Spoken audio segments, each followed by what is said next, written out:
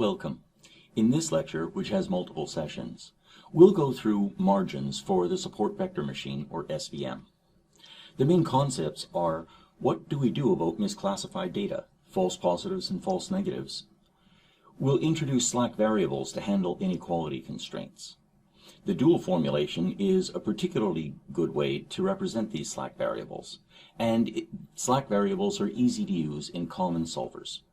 The sample problem that we can think of through this lecture is, what does it mean to optimally separate data that are not exactly linearly separable?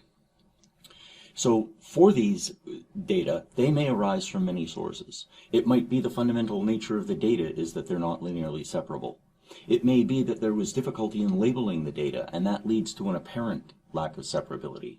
It may be that the data were high dimension and that they were reduced to a lower dimension for computational reasons, and that in that reduction, the linear separability disappeared. So in practice, there are two ways that we commonly use in an SVM to manage this. The way that we'll look at in this lecture is we'll relax what we call hard separability, and then in a subsequent lecture, we'll look at transformations.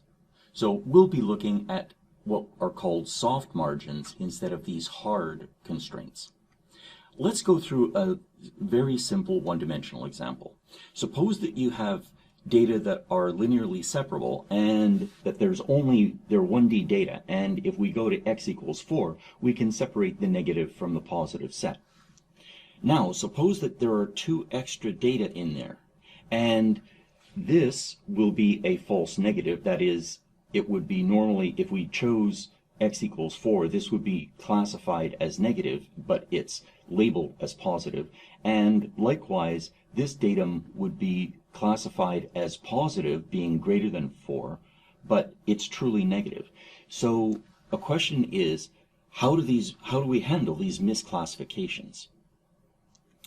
Now, suppose that the data are higher dimensional, but we've reduced it to a score. We saw scores arising in artificial neural networks, and they arise in many other sources. So suppose that we've scored these data, and now the threshold for them should be 0. And if the data were linearly separable, if we set a threshold of 0, then we have correctly classified all of the labels. However, our problem will persist, that whether we're looking at the data space or looking at the one-dimensional scores, this problem of misclassification persists. Now, in the context of an SVM, here it's one-dimensional, so the hyperplane is simply the bias scalar.